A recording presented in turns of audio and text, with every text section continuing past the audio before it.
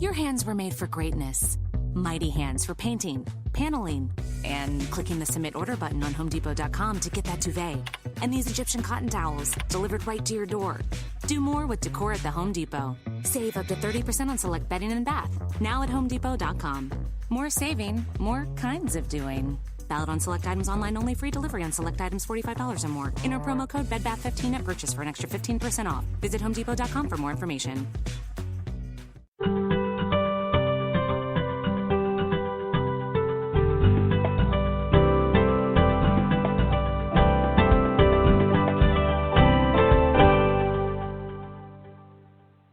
Welcome, everyone. You're listening to Creating a Family, talk about adoption and foster care. Today we're going to be talking about a subject I am absolutely fascinated by, nature versus nurture in adoption. I know you're going to enjoy this show. Here's a simple, starting over. Welcome, everyone, to Creating a Family, talk about adoption and foster care. This is a subject that I am absolutely fascinated by, and I think you will be too. Everyone, if you are listening, and of course you are, or you wouldn't be here right now, I have a favor to ask. We really depend upon your comments, and we don't ask a lot of you, but this is something we really do need for you to do, and that is pop over to iTunes and give us a rating. You can do a star rating, or if you're feeling generous, you can write a few lines. We really do appreciate them, and we read every single one of them. So thank you so much. This show is brought to you by the Jockey Being Family Foundation. One of their missions is to support adoptive families post-adoption, to keep them together forever. And one way they do that is through their backpack program, their Backpack Bear program. It's actually a backpack program, and in the backpack they have these adorable bears. They're free to agencies to provide to their newly adopted kids. And as I said, it comes with an adorable bear and a blanket. It also is it's created with the initials of the child. And perhaps most important, it has free parenting resources in the backpack for the parents as well. It is a wonderful mission from Jockey Being Family Foundation. You can suggest it to your agency by going to, or you can suggest it to them, and they can get information by going to the website jockeybeingfamily.com. This show, as well as all the resources at Creating a Family, would not be possible without the generous support of the agencies that believe in our mission of providing unbiased, accurate information to families both pre- and post-adoption. These are agencies whose heart is in education, and that's why they support us. One such partner is Adoptions from the Heart. They have helped build over 6,000 families. They've been in existence since 1985, and they do domestic infant adoption, and they work with people all across the United States. The topic today is nature versus nurture in adoption. I don't know if it's because I'm an adoptive parent or if it's just because I'm absolutely fascinated by genetics, but regardless, it is a topic that I am very interested in. And we will interview Sally Ann Rhea. She has been we're interviewing two people. The first is Sally Ann Rhea. She has been the study coordinator for well over almost 30 years for one of the most renowned adoption research projects in the world, the Colorado Adoption Project. And they focus on investigating genetics and environmental influences on human behavior. We also have Dr. Alexandra Burt. She is an associate professor of behavioral genetics with affiliations with the Michigan State University Twin Registry. And her research focuses on the role of genes and the environment and how they interplay in the development of children. A topic that is infinitely interesting, and these are two of the top researchers in the United States in this field. This is a re-airing of a show we did a number of years ago. The information is truly evergreen and one of my favorites, and one of yours too, which is why we're bringing it to you again. Enjoy. Welcome, Sally Ann and Alex, to Creating a Family. Thank you. I wanted to begin by saying, I find the interplay between genetics and the environment, as I mentioned, infinitely fascinating. Maybe it's because I'm a parent through both birth and adoption, or maybe just because I'm a research geek. But in any event, I could talk about this forever. But I can only imagine, as I think about it, that it would be very difficult to tease out in real life, when you're using real-life subjects, the relative influences of gene and the environment. Or genetics in the environment, I should say. Alex, how do you design studies to figure out what is influencing what?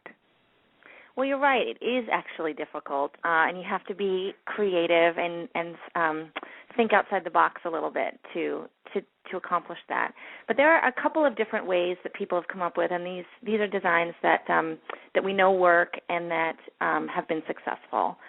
So the one type of design, probably the primary design, is the twin study design, a classical twin study design. So basically what you have are twins who are growing up in the same family. They were in the uterus at the same time, so they were exposed to the same or very similar uterine environment. But different types of twins have different degrees of genetic relatedness. So identical or monozygotic twins are the result of a single conception that, for reasons unknown to us, split into two. So they are genetically identical beings. They are actually nature's clones. Whereas fraternal or dizygotic twins, as we call them, are the result of two different conceptions, so two eggs and two sperm. And so they share only as many genes as regular full siblings, so about 50%. So what you have is this kind of interesting natural experiment where you've got, genetically identical beings and then just sort of regular siblings who happen to be in the womb at the same time and are the same age. And if you compare similarity across those two types of twins, it allows you to make inferences regarding the genetic or environmental origins of the condition. So if identical twins are more similar than fraternal twins, we ascribe that to genetic influences, and if identical and fraternal twins are equally similar, then we think it's environmental influences. Interestingly enough, what a lot of people don't realize, I think everyone knows that dizygotic twins, fraternal twins, are more common through in vitro fertilization. In fact, they're quite common. In fact, the majority of twins now are born of dizygotic twins are as a result of IVF. However, what a lot of people don't realize is monozygotic twins are also more common through IVF. I realize you probably know that, but yes, I did. That's right. They are more common, and we don't know 100% for sure why. Some speculations have been that the issues that were making it hard to get pregnant in the first place, maybe just sort of a suboptimal uterine environment is actually the term I've heard. Mm-hmm. Sort of may make it harder for embryos to implant, and somehow that process, maybe they're floating around for a little bit longer, and in that process, that extra time, they split. Oh, interesting. I had not ever heard the reason. That's the only explanation I've ever heard that has made any sense to me. Yeah, that's speculative, though. There's no certainty about that. Exactly, it is speculative. Yeah. At this point, all we know is that, and I think that the majority of people don't really realize that both types of twins are more common. But then I think a lot of people don't really realize that there are two distinct types of twins. Well, and clearly, Sally Ann, another study would be an adoption study. That's what Alex just mentioned was the classical twin study. But how do adoption studies work in that? How do you design those to kind of tease out the distinction between nature versus nurture, genes and environment? Well, in our adoption study, which is almost unique, we collected information from birth parents who were intending to place their children for adoption generally before the children were placed.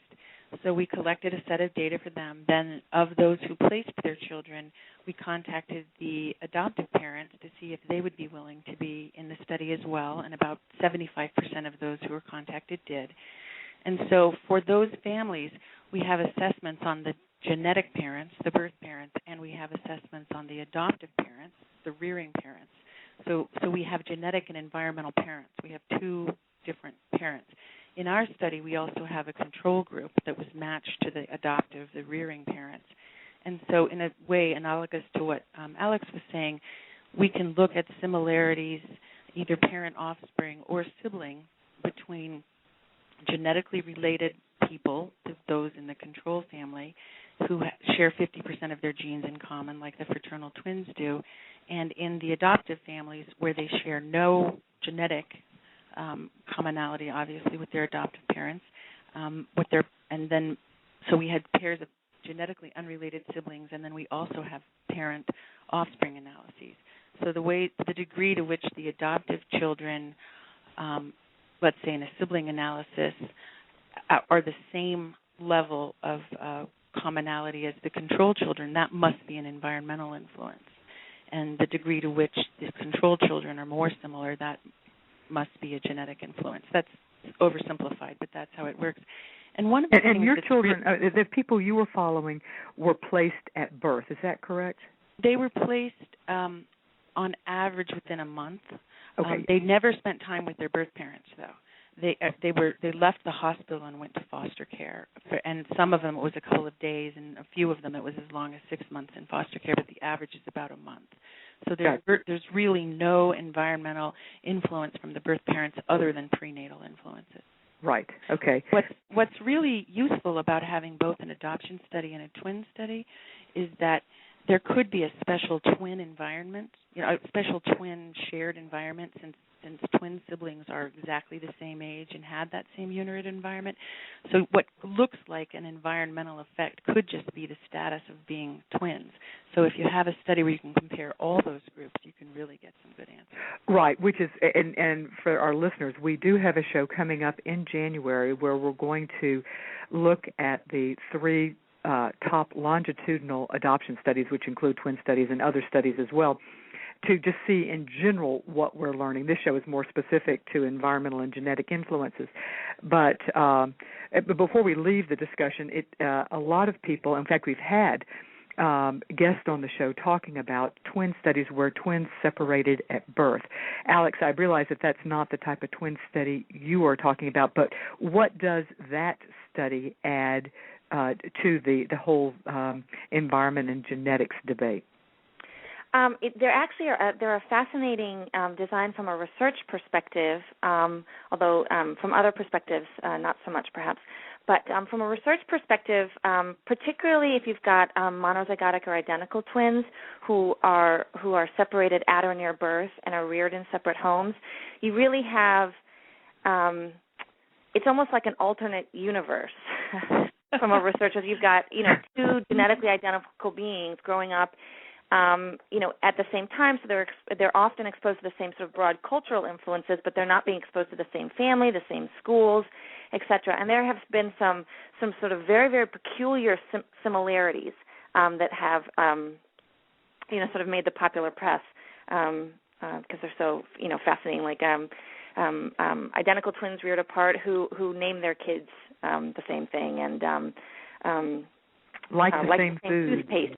And like the same food, peculiar. There was one case I heard. These were actually identical triplets, monozygotic triplets reared apart, and they were all wrestlers in high school, and they all had the same sort of unique pin move. Wow. That they would use, probably as a result of their just the way their bodies are built. And right. I mean, actually, I shouldn't say, wow, that does make sense. They have, because pin moves are based on what the physics of your body. And that's right. So I suppose that isn't. Yeah, and of course, we all hope that there are no more subjects, being developed for these studies. Exactly. Obviously, nobody in their right mind is doing it intentionally, but these are, for people who are listening, don't worry, nobody is doing this intentionally. These are, for whatever reason, and I suspect that through that there will be a few subjects that will have been raised in totally different cultures, because we certainly know that there have been twins separated in international adoption where one twin that is adopted and one not. There clearly would not be too many of those. All right. Now, Sally Ann, when I first approached you about being on a show, and I had titled it "Nature versus Nurture" because that is the kind of the shorthand in our society for discussing this, you were real clear in your response that it's seldom nature versus nurture, but more often nature and nurture. So, in your studies, have you found that there are some things mostly governed by genes, or to put it another way, are there some things that you think are more influenced or more inherited traits versus other things? Well, certainly. I mean, obviously, height is almost exclusively genetic. Environment influences height nonetheless, though, because a population on average, as it gets better nutrition, can the height increases, but the variation within that population among individuals is predominantly a genetic influence. Mm-hmm. Yes, appearance in general. Appearance in general, yeah. But I mean, yes. Hair color, eye color, things like that. Mm-hmm. Right. So, I mean, I would say that there is a genetic influence on virtually every human trait, and there's an environmental influence on virtually every human trait as well. I don't think most modern social scientists any longer look at a debate between nature and nurture. We see them as both being important, and we see them as interacting. I think people are sometimes surprised that the field of behavioral genetics has actually elucidated a lot about the environment. I mean, that's some of its most important findings, that shared environment within a family is not as important as people would think. The family environmental influences tend to affect children differently. That's one not counterintuitive to many people finding. We also have done research that indicates that a lot of what we think of as pure environment is genetically influenced, like people choose their environments.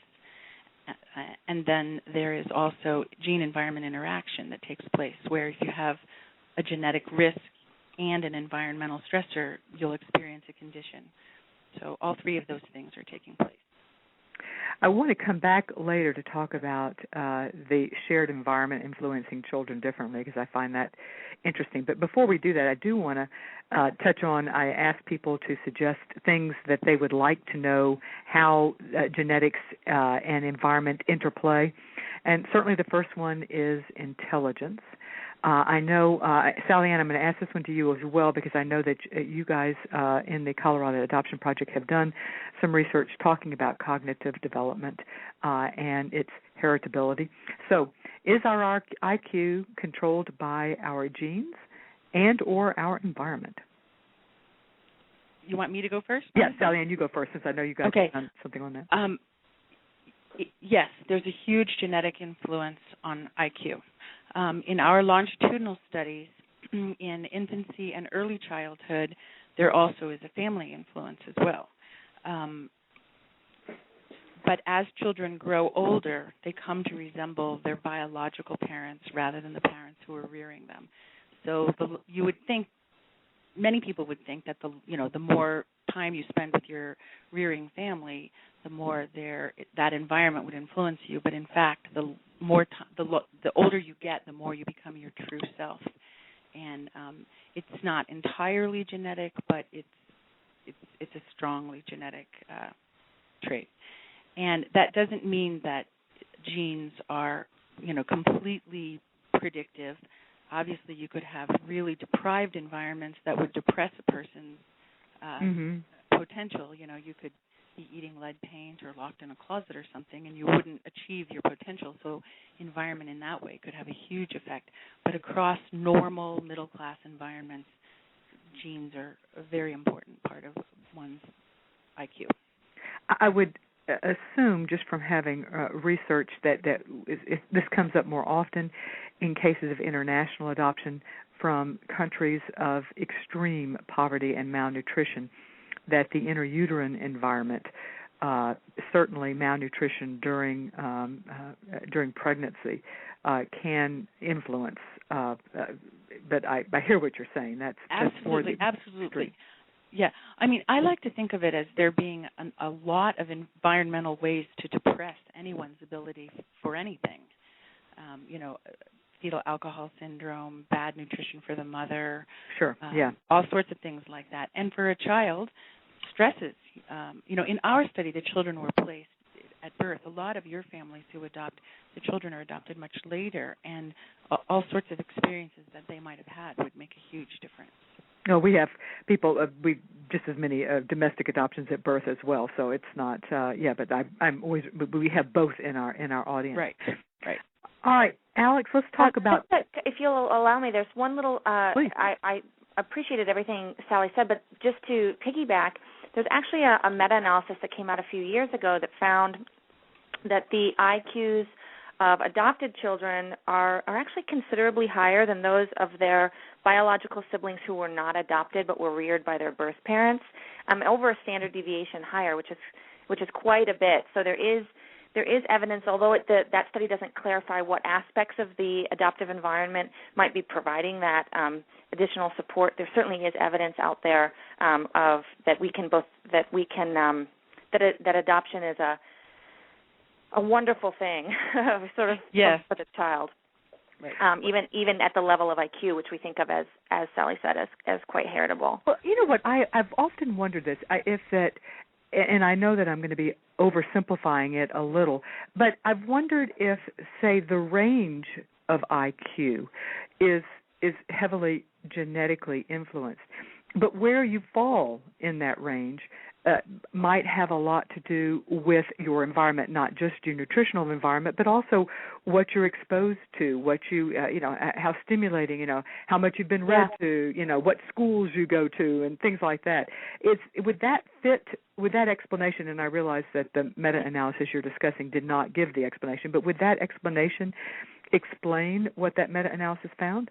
I mean, it certainly makes very good intuitive sense. There is a paper by Eric Turkheimer several years ago. He found that even though IQ is quite heritable, the heritability of IQ varies with the socioeconomic status of the child. So it's actually more heritable in more advantaged environments, kind of consistent with the idea that in advantaged environments you're being exposed to, everything is allowing you to maximize your potential. Right. You could also argue that the testing itself for IQ is geared towards people from an advantaged environment, but that's a whole other issue and a whole other show. So right. That is right. That's absolutely right. We won't go there, but that's a fascinating, and it actually makes such intuitive sense to me, as you said. I realize that intuition is not necessarily what we should be talking about in a show that's based on science, but nonetheless. Let's talk now about temperament. And first of all, Sally Ann, can you give us kind of an idea of what we mean by what's included under the general heading of temperament? Temperament and personality. Temperament is what we call personality in childhood, basically, and personality is what we call it in adulthood. Refers to things like a child's predilection to be happy or fussy or goal-oriented, things like that.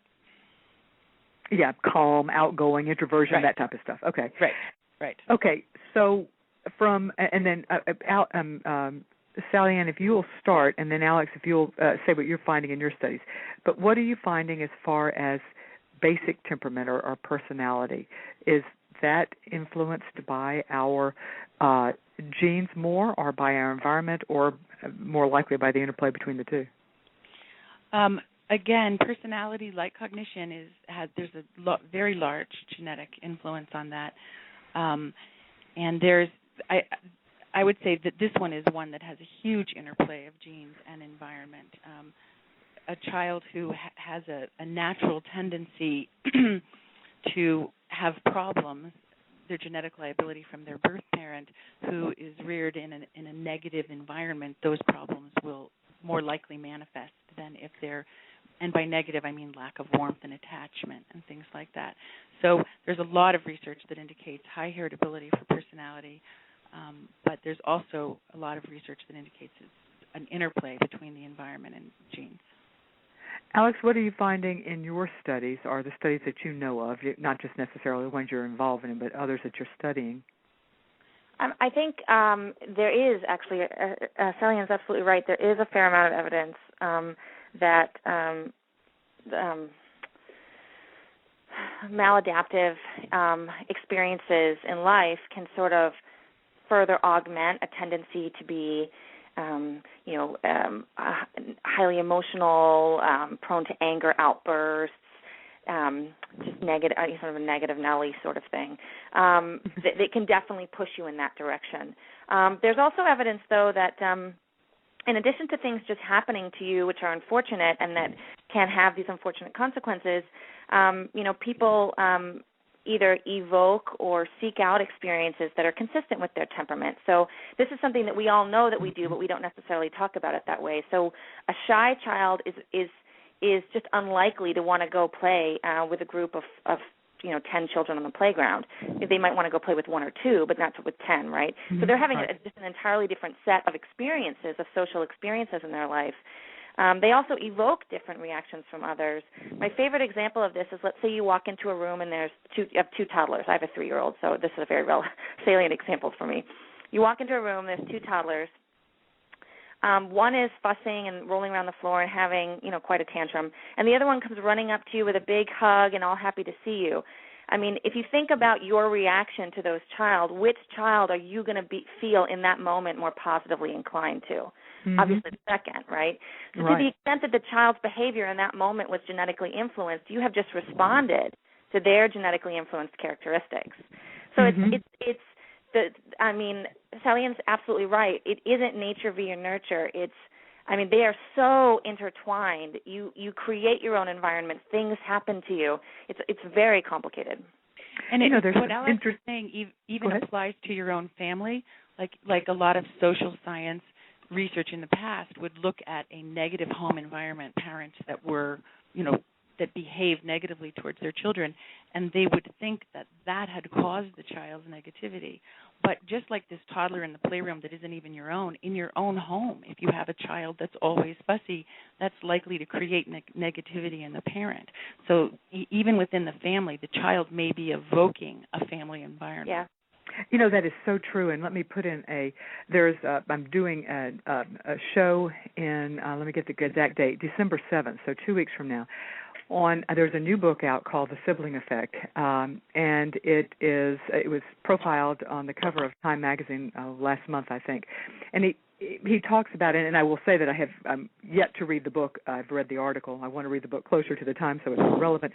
But he talks about favoritism within families, and I can't help but think that sometimes it's less favoritism than one child is just easier than another, at least at that particular age. And that brings me to the next thing that I wanted to talk about here, and that is, there's this whole goodness of fit theory, and as you talk about temperament, it occurs to me that there are, if our basic temperament is influenced heavily by genetics, through adoption, is it more likely that you could have a child placed with you that isn't as good a fit for your personality, or do similar personalities perhaps work against each other, so it might actually be a better fit for your personality? Alex, I'll ask that one to you. Yeah. So I had several different thoughts simultaneously that went through my mind.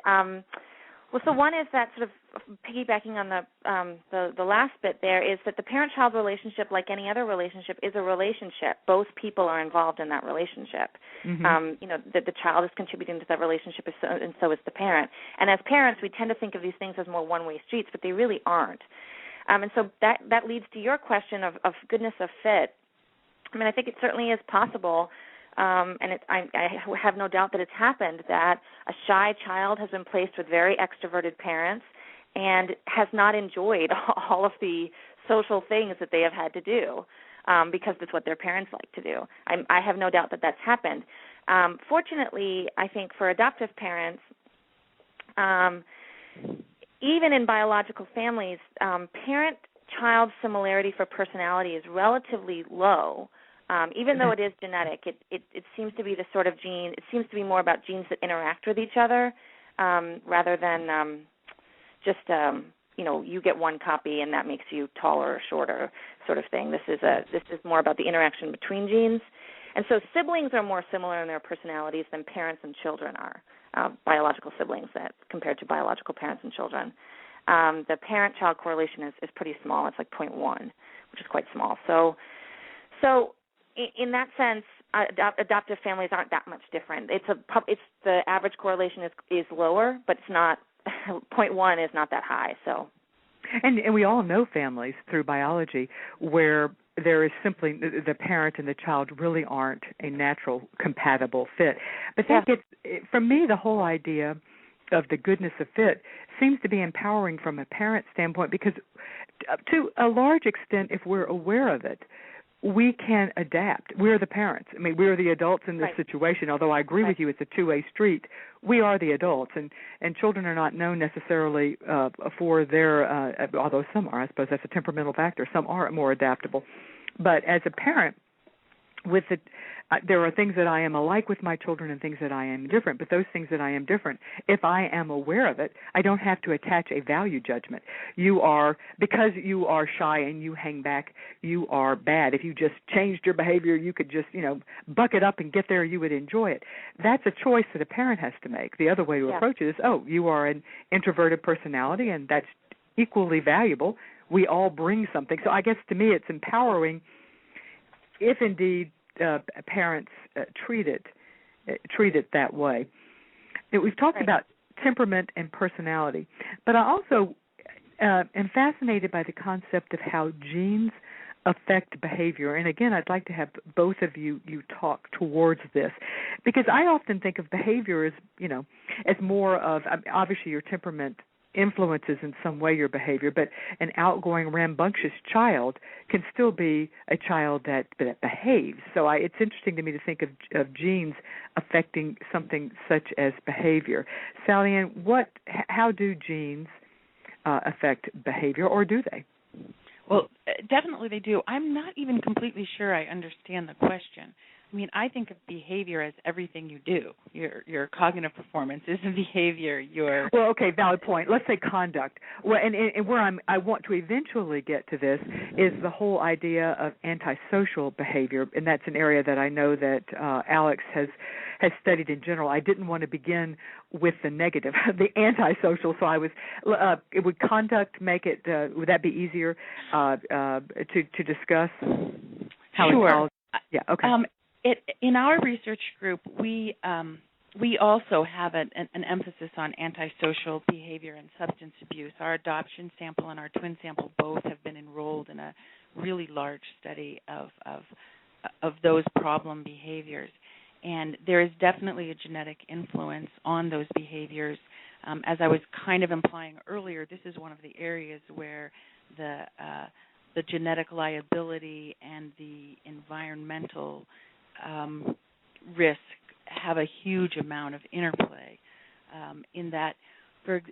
We had a study with our adoption sample from the kids when they were, I think, about 12 years old, and children who had a genetic liability as measured by negative emotionality in the birth parent and whose adoptive parents divorced had a much poorer outcome than either children who only had the genetic liability or only had the divorce.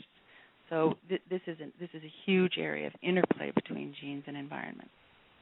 This is a question we have received from Suzanne. Let me read that so that gives us something to, because she's giving specific examples here. Suzanne says, we adopted twins whose birth father is a drug and alcohol addict. As far as we know, their first mom did not drink or take drugs at all during her pregnancy. She also does not have an addiction problem either before or after their birth.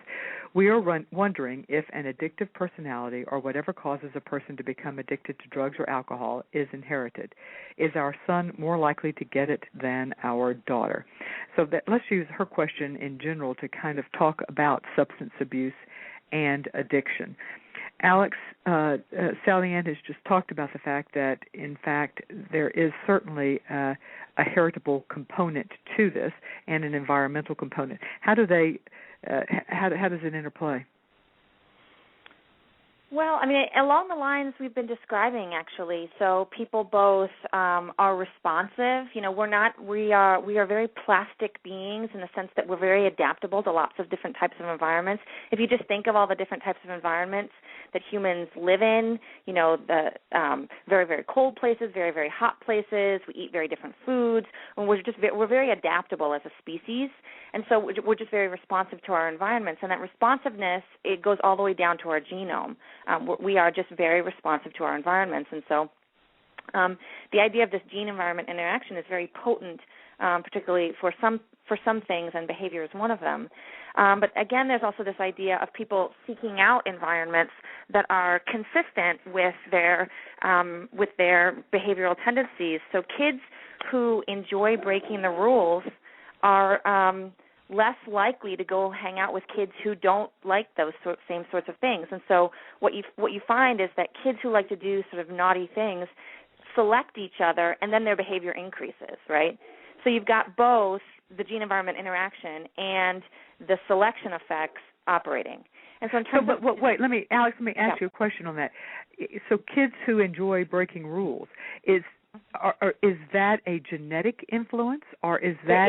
There is some genetic influence on it, but there is also quite a bit of environmental influence. But with the same genetics that would lead one child to be a rule breaker in the naughty sense, and in the sense of doing things that are destructive to herself or himself, would those same genes in a different environment lead that person to be an entrepreneur or a skydiver, or is it the breaking in the rule part that is heritable, or is it the stimulation seeking part? So that both are heritable, but there are theories out there that are really interesting, that some particularly successful people who really took big chances in their life, you wonder if had they been raised in different circumstances, if they would have ended up in jail. Because they were taking bad chances instead of good chances. I think I don't know of a lot of empirical evidence to support it, but for me, just I'm also a clinical psychologist. To me, that theory resonates with me personally. But in one of our studies right now, we're looking at risk-taking behavior, and it is exactly as Alex suggests. It is associated both with positive and negative risks, and it depends on the guidance and the choices. I feel like Suzanne is actually asking a question as a parent. She's looking for guidance and advice here. And what I would say is that, yes, she has two adoptive children, and one of them comes from a family with a history of substance abuse problems. The child from that family is at more risk for developing substance problems. And that's something to say for those of us who have biological children as well. If in our family history we have substance abuse, and quite frankly, if you look very far in most of our family trees, climbing up those little ladders, you'll find it. And now she asked the question. She has twins. It sounds like one is a boy and one is a girl. Is there? She says, is our son more likely to get it? I think what she means to inherit, I suspect, is what she's asking. The risk-taking, or in this case, she was specifically talking about substance abuse and addiction. Is there, Sally Ann, is there a gender component associated with the heritability? Not really. I don't think there's a gender component associated with the heritability, but there is a gender component associated with the manifestation. For example, there's a lot of comorbidity association between substance abuse and other types of what we would consider bad behavior. And so it may not be that the child is inheriting a specific tendency to do substances so much as a tendency to engage in very risky behavior that can have negative consequences. And for a boy, it might be doing substances and driving fast cars, and for a girl, it might be having inappropriate sex at an early age. So it's not really... all boys, every male is technically speaking at higher risk for substance use disorders. Right. So there's risk, but it's not heritability that's higher. It's just that the risk of the behavior is higher. Is higher in men, and not because it's more heritable in them, but because it is just a disorder that is expressed more frequently in males than in females, period. Well, my sons and I are going to have a discussion tonight. Poor guys. It's yeah, not the but first one. I wanted to say for Suzanne that, yes, this is substance use. There is a heritable component to it, and if I were Suzanne, I'd probably keep an extra close eye. But at the same time, it's important to remember that substance use disorders in particular, we've been talking in general about this idea of the gene-environment interaction, that environmental experiences can impinge on the individual and alter, genetic expression or augment it, as the case may be. But with substance use disorders, it really couldn't be a clearer example of a gene-environment interaction. You can have every single gene in the world for a substance use disorder, and there is one easy way not to get it. Just never try it. Yeah, that was where I was going to go to for Suzanne, too. Even though her child has a higher risk than someone who doesn't have that family background, the kinds of things that they talk about in the television ads, like early discussion and, explaining to the child that, in fact, they have that risk. An adopted away child who doesn't know they have the risk may not have the tools, but a child who knows they have that risk can acquire more tools at an early age, and that can certainly make a difference. Yep. Another issue that often comes up in adoption, in fact, we hear this one a lot, and we hear it from people who are trying to make a decision on whether this birth mother match or adoption referral is a good match for them. And it's when they have, one of the risk factors that there is sometimes information on is mental illness of some sort in the birth family. And it could be in the birth mom, the birth father, or the birth grandmother, birth grandfather. Usually we don't get too much further back than that. And so the question that comes up is, what is the risk for this child? And oftentimes it's not from parents trying to decide whether or not to accept the referral or the match, but for knowing what they need to be aware of and proactive steps. So I think it would be helpful if we not talk about mental illness as just a very broad group, but let's be specific. Let me start with, let me just throw out bipolar. And let's say I'll start with you, Alex, and then we'll move to schizophrenia. Sally Ann, you can take that one. But Alex, how heritable is bipolar? Bipolar and schizophrenia are both very heritable. Okay. They're some of the most heritable disorders, like 70-80% are numbers that have been batted around. They're quite heritable. Okay, when you say 70 or 80%, what do you mean? If the birth mother has... No, I mean that. That's like, I probably shouldn't have. That requires a little bit of explanation. So we're saying that all of the differences between people on this trait, 70 to 80% of them can be accounted for by genetic influences. And if you look at the way these disorders are transmitted in families, there's a lot of familial transmission. But specifically from an adoptive parent standpoint, they may have information that the birth mother or the birth father has been diagnosed with bipolar or schizophrenia. And what they are trying to figure out is, all right, what are the odds that this child is going to also have either bipolar or schizophrenia? Is there data out there on that? They are at increased risk of developing bipolar or schizophrenia, depending on the parent's diagnosis. But that said, these are relatively low base rate disorders. These are not common disorders. They're severe. Unfortunately, they're not that common. So schizophrenia you see in about 1% of the population on average, and this is actually around the world. About 1% of the population around the world will be diagnosed with schizophrenia in their lifetime. If you're the child, a biological child of a schizophrenic parent, you are at more risk, but that risk is actually about 10%. All right, so if the bio there's child... There's a 90% chance this child will not develop schizophrenia and a 10% chance they will. Sally Ann, you were going to say something. What were you going to say? That was exactly what I was going to say. Oh, there you go. Exactly. Even though the disease is very heritable, like, for example, in an adoption study, an adopted away child of a schizophrenic parent, about 10% of the time will also be schizophrenic, but it doesn't matter whether it doesn't matter whether they're raised with an adoptive parent who's schizophrenic or not. I mean, the incidence is the same. It's almost exclusively genetic, but it's still a low occurring thing.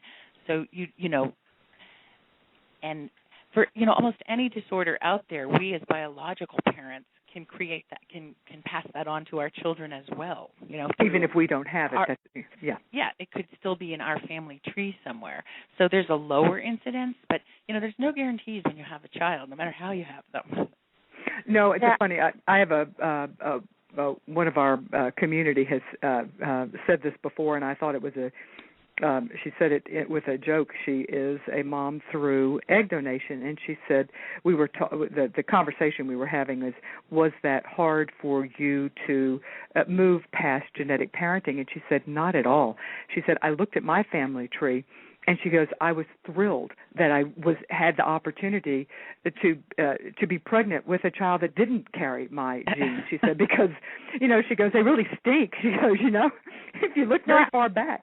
And I think the truth is, if any of us look pretty far back, I always say I don't want to climb too high on my family tree because there's no telling what we will find. Mental illness in general is quite common. I mean, if you collapse across all disorders, it's about 25% of people will have a diagnosable mental illness in their lifetime. That's a lot. I mean, the chance that any one person comes from a family where no one has anything is low. Yeah. Very, very low. And they probably just don't know about it. I mean, that's right. And even if they don't have a formal diagnosis, everyone kind of has a sense, well, you know how Uncle Bob is. Yeah, exactly. Yeah. Yeah. So what about some of the other, let's touch on some of the other more common mental disorders, and I almost don't want to call them that because some are so, but what are some of the other things and how heritable are they? Alex, let me ask you that one. Obsessive-compulsive is one. Depression would be another one, things such as that. So obsessive-compulsive disorder is a relatively, actually, I think shows like Monk, which is a fun show, but I think they've made it seem like it's not that big a deal for a disorder, but it actually is a pretty serious mental disorder. Mm-hmm. That one's pretty heritable. Some of the more common mental illnesses are less heritable. So depression is actually a disorder that is relatively less heritable. It still has a genetic component. Don't get me wrong. It's just less heritable than other sorts of disorders. Anxiety disorders are a little bit more heritable than depression. Anxiety disorders are actually the most common type of disorder in the world, and are for the most part quite treatable. Mm-hmm. There are cases where it doesn't work out, but anxiety disorders are something that we know how to treat relatively well, which is fortunate since they're the most common. It's funny because they're probably, although they are less heritable, they are more common. But that goes back to the general notion that there's no guarantees when you are parenting at all. Yeah, and no matter how your children come to you. And even for things like schizophrenia, even if it doesn't run in your family at all, there could be spontaneous mutations that happen, that happened for that particular child, that could give rise. It could be a sort of a de novo mutation that gives rise to schizophrenia in a given child. Even though there's no family history of schizophrenia, throughout the entire family line. So, here's a question from Frances. She says, both of my son's birth parents are troubled people.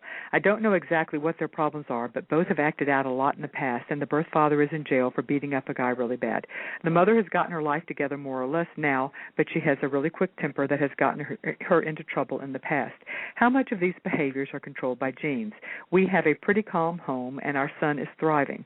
He has a short attention span and impulse control issues, but then he's only 5 and not really any different from another 5-year-olds. He is the greatest blessing in our lives, and we just want to be on top of what to look for. I think that she raises a couple of issues, some of which we've already more or less talked about, and that is risk-taking and rule-breaking type behavior. But she also talks about impulse control issues and attention issues, both of which can be associated, and I am not diagnosing Francis's son, but it could be associated with things like attention deficit hyperactivity disorder and just general attention.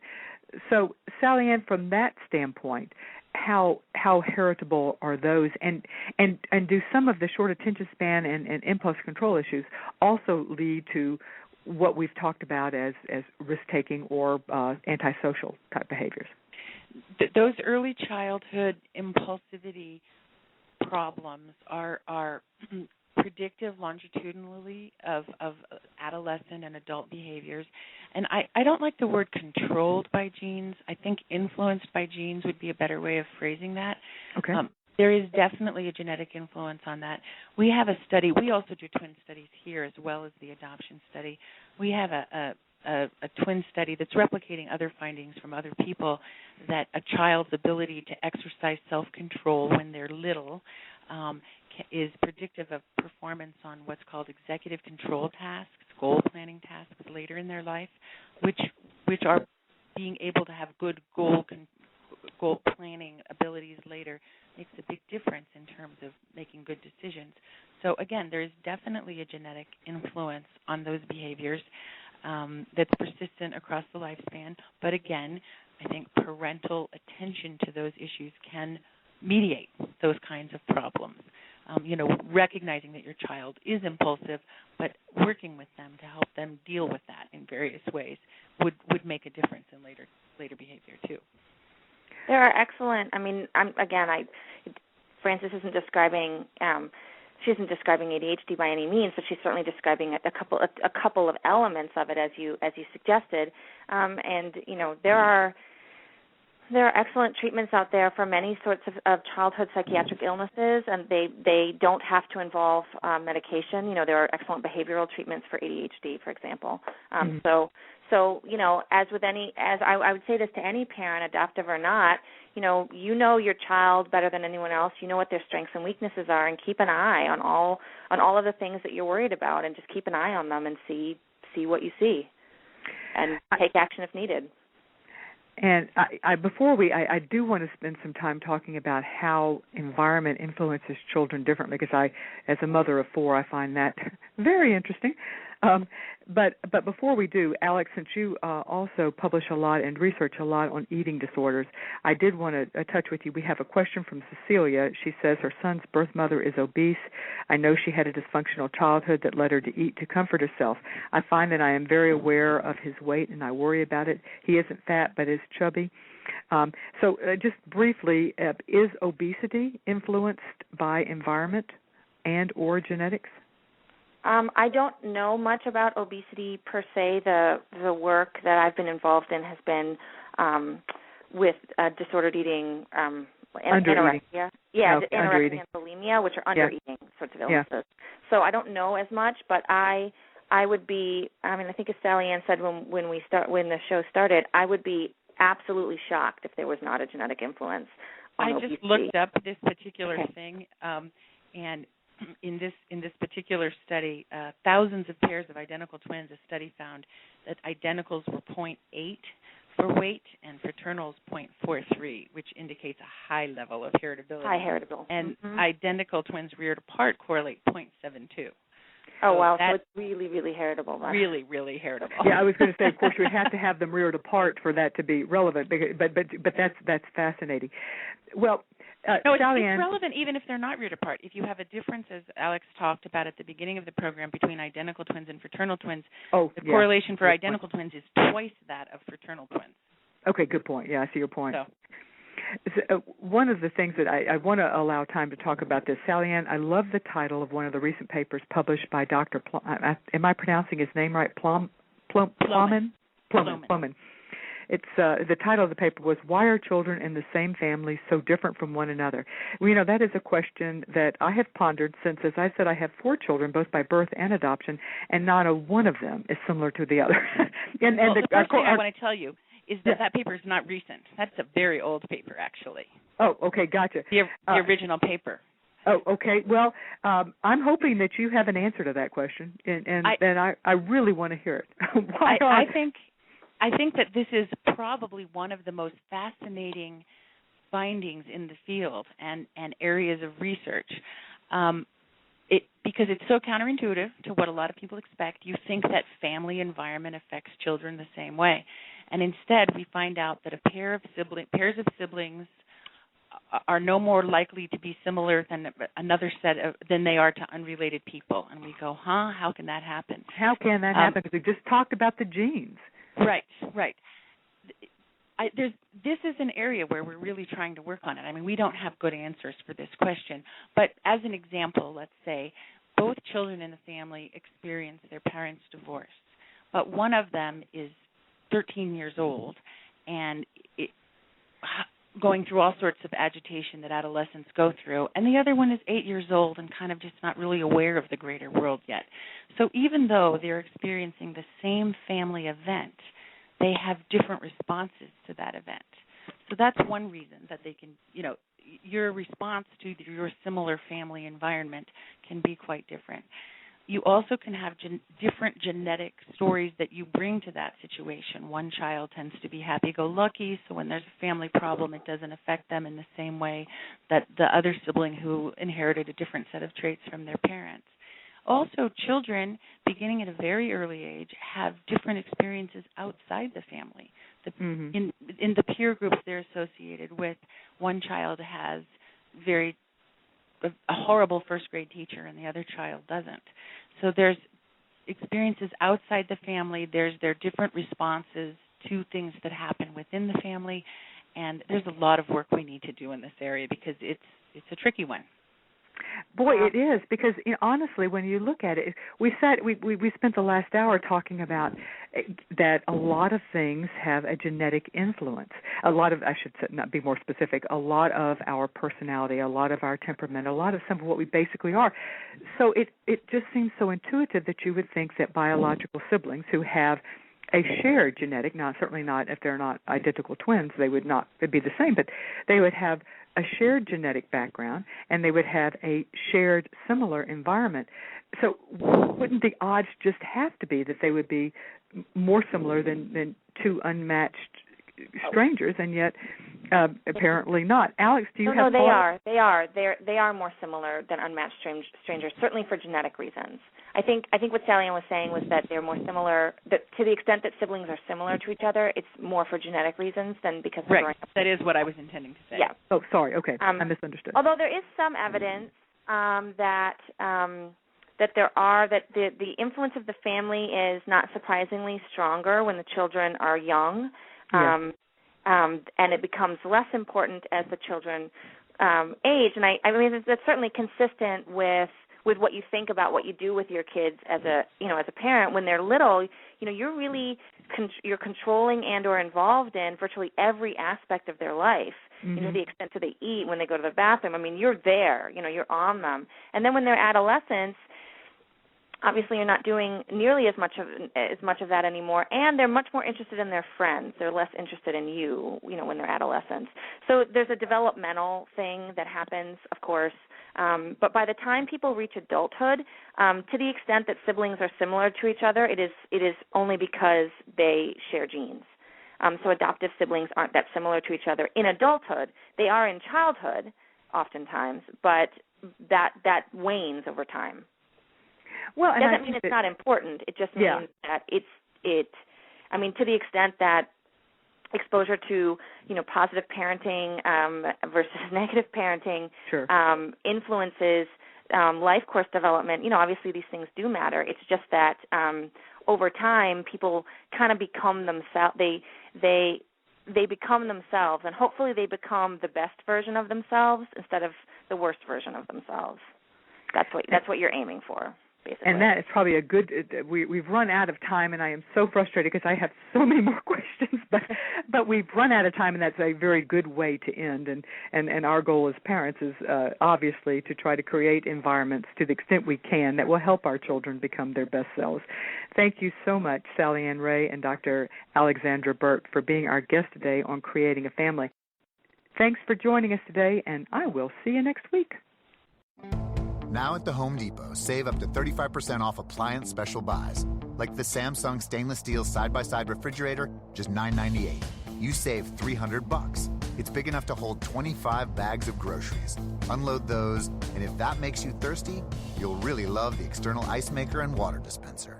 Today is the day for doing. Spring Black Friday savings now at the Home Depot. More saving, more doing. U.S. only while supplies last. See store for details. Valid through April 17th. Everything you're hearing is from the Home Depot.